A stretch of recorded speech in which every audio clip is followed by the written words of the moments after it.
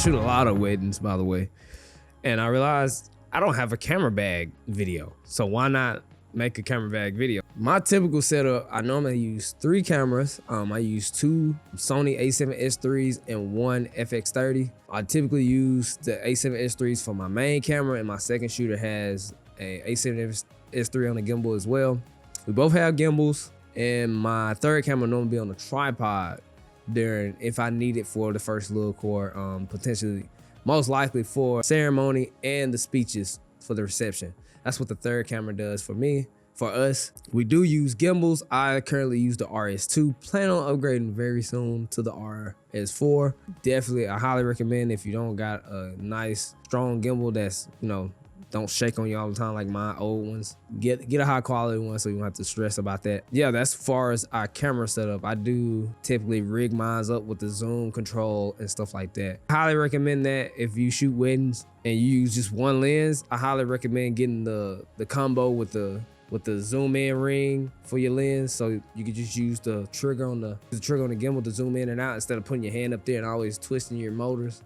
Now, as far as the lenses, I use the Tamron 28-75, and my second shooter used right now is the 28-200 Tamron. My third lens is for the third camera, of course, is the Tamron 70-180 2.8. Those are our lens choices for right now. I do plan on eventually over time upgrading, but that's another thing I want to talk about. If you're doing the job with your lens and you can get the job done, you don't have to worry about other lenses or cameras. If it's getting the job done and you're booking weddings, sit there for a minute. That's something I realized, like, I don't have to keep buying the new latest camera or lens. I'm getting paid and actually going up in my price with the same stuff. So after a while, I know I'm gonna upgrade this stuff, but right now it's fine.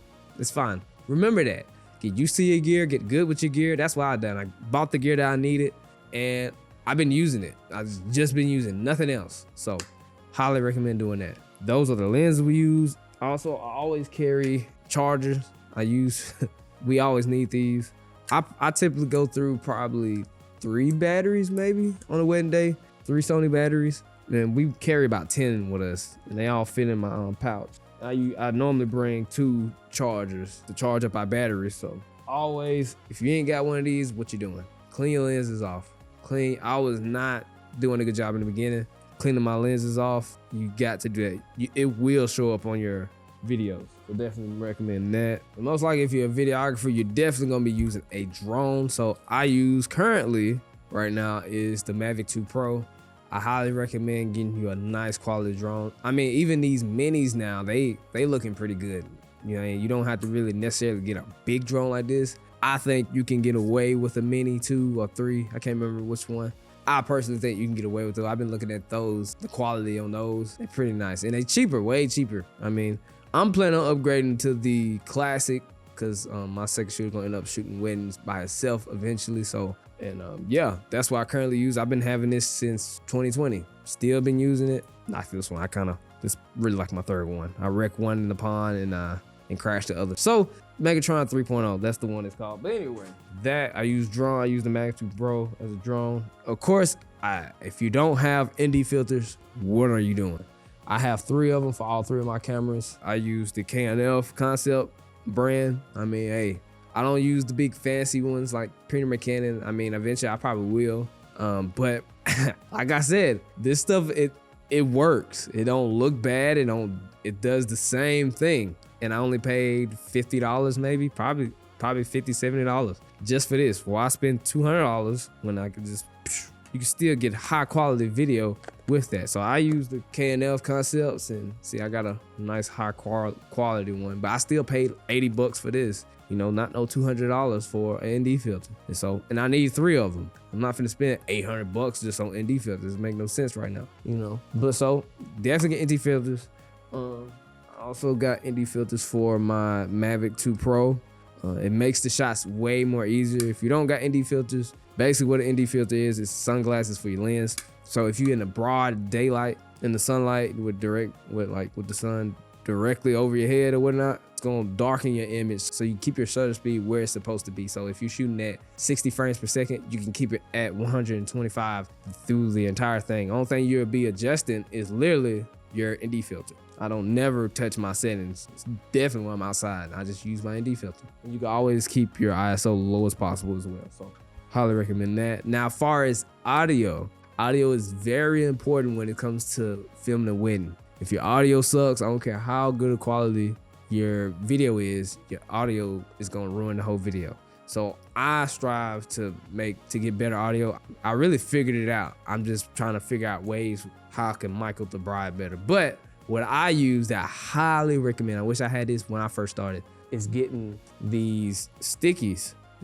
These are the lav concealer tapes slips. And what you do, you're gonna stick the lav onto the jacket or inside of the bride's dress. So the end of the lavalier is gonna be a sticky, not a clip on. And you notice a lot of photographers hate when videographers brings their little clips on. So this, I don't know if you can see that. Maybe you can see this. This is a sticky. So you can stick this to the inside of their, let's say you stick it inside of their jacket or inside of the dress. I have a white one for the bride. And so this helps with scuffles. So like if they hug each other, it won't make that rustling noise because it's covered. Essentially, the microphone is covered up. Highly recommend this. I had problems in my wedding films where they'll be fine when they off each other, but when they go to hug and when they kind of like touching on each other, it kind of moves the mic and it's rustling up his shirt and jacket or her dress and stuff.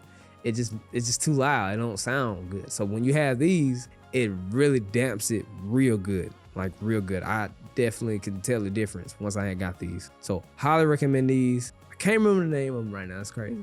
I cannot remember the name. Also, all of the equipment that you see in this video will be in the link in the description. So if you need any of these, go down the link in the description and check it out. Check it out. And the lav mics I actually use is the Shure microphones. Highly recommend them, high quality. I use them for all my videos. Even when I go outdoor for my YouTube video, I use them. And now for the mics itself, I use the DJI wireless mics, the first generation. And I am planning on upgrading to the TASCAM Pros, but the DJIs do fairly good. I can honestly say that now. I will say I have to worry about every now and then to make sure that they charge. That's something I do not like. And sometimes every now and then, if I got it too loud, it can kind of distort the audio. That's something I don't like, but for the most part, it works.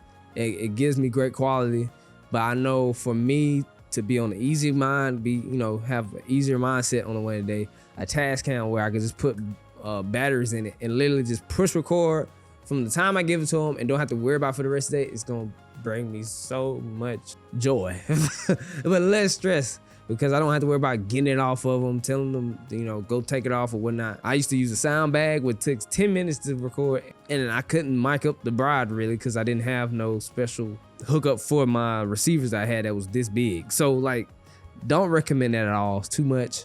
Now for the bride, I know you notice I'm saying mic up the bride. Like, how do you mic up the bride? So I use a strap for the bride, and I strap this to their thigh. Well, I don't.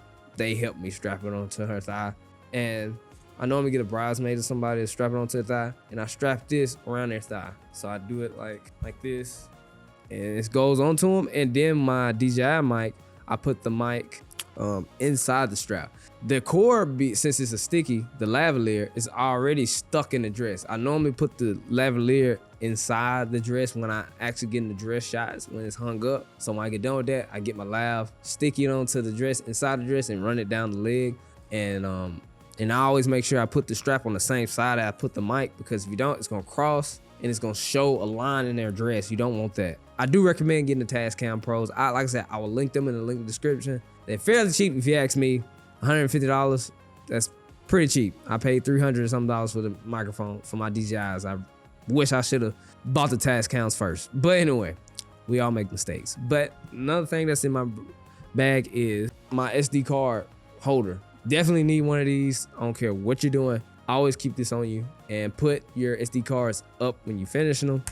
And yeah, definitely get one of these. I carry about, I think I carry up to 8 SD cards with me.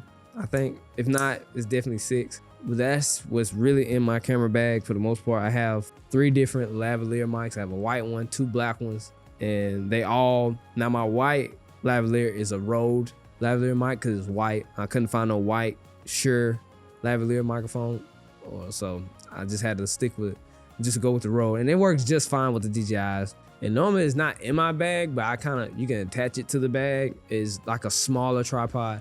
I don't recommend getting a huge tripod carrying with you, just to, you know, just to be minimal. If you travel with a lot of gear, I highly recommend getting smaller, stronger tripods, like carbon fiber tripods, if you can.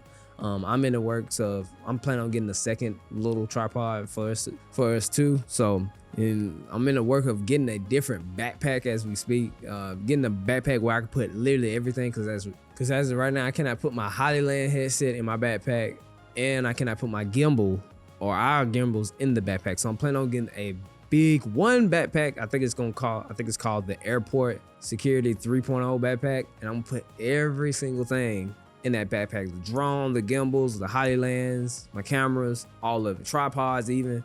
And even when I'm traveling, I'll be able to put a laptop in there as well. So all that stuff. I will put a link in the description for that. I highly recommend, if you got the money, to go ahead and buy that backpack instead of buying backpacks over the time. But hey, I mean, it is good just to have a nice quality backpack. Just get a backpack, I mean, around $80 or something, or close to $100. That backpack gonna last you for a while. So, and the backpack I got, I don't know the name of it, but I've been had this for about 2-3 years now, and it's still in good shape, if you ask me. I mean, it does the job. It got, like I said, the clip, got side. We keep sunscreen in the side. I mean, stuff like that. And I'm able to put a laptop in here. And if I need to put it on like my cargo, not my cargo, but on my rolling bag, I can put the little handle here and stuff. So yeah, I mean, it makes it easier. I put all my drone and batteries up here, even my microphones up here as well, all in this top part. And of course, like even the cameras and lenses all in there too. So, but I will put it in the link in the description if you want this backpack. Oh, so there you have it. That's why I carry on all of my weddings in my backpack, not just my external lighting and stuff, but as far as backpack wise, that's everything. So if you like seeing content just like this, like and subscribe, and don't forget to comment. And you have other gear that people probably potentially need to add to their backpack, put it down in the comments. 'Cause even it might help me. I might add something into my backpack that I might never thought about using. So, but anyway, I see you when I see you.